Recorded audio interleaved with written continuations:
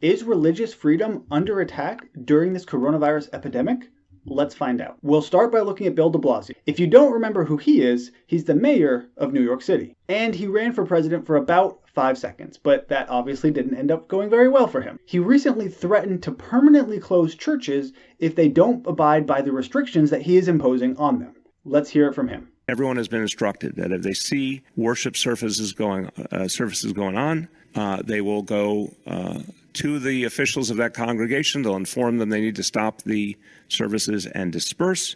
If that does not happen, they will take additional action up to the point of fines and potentially closing the building permanently. So there we have it. The key takeaway there is the permanently closing them. I can see to some extent closing churches temporarily, even if the government is the one doing that. That's still a bit of a slippery slope for me, but I understand where he's coming from, because in his mind, it's in the public interest. However, to threaten to close them permanently based on things that they should be doing now is completely ridiculous and completely unconstitutional. We have the First Amendment for a reason. You cannot do that, Bill de Blasio. That's not how this works. As a religious person, I understand the desire to go to church and be with like-minded people. I really get that.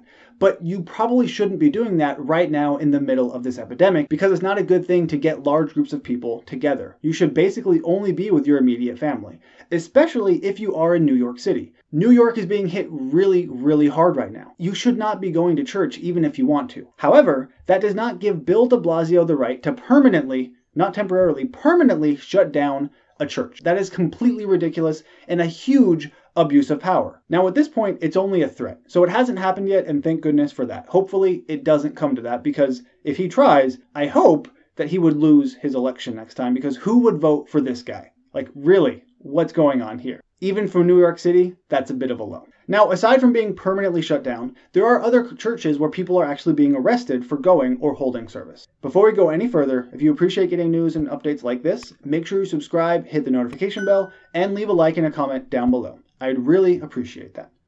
Let's keep going. For example, there's a pastor in Louisiana who was charged for violating coronavirus orders because he kept the church open.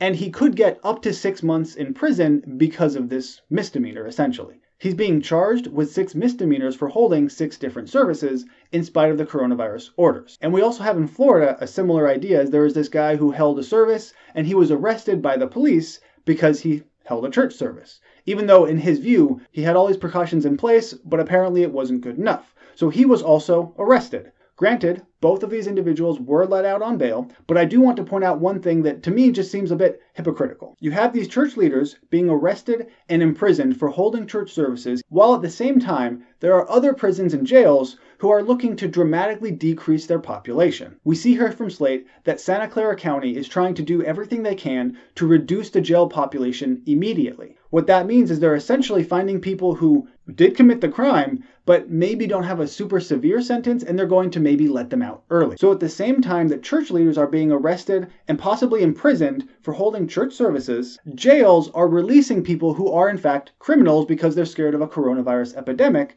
in those jails. And I understand the idea behind it. I mean, jails are very densely populated. If one person gets it, everyone could get it. But at the same time, I don't particularly want people to get out just because of the coronavirus epidemic. They also said in New York City itself that they're going to stop persecuting some of the smaller level crimes. So they're not persecuting small crimes, but they are persecuting going and holding church services.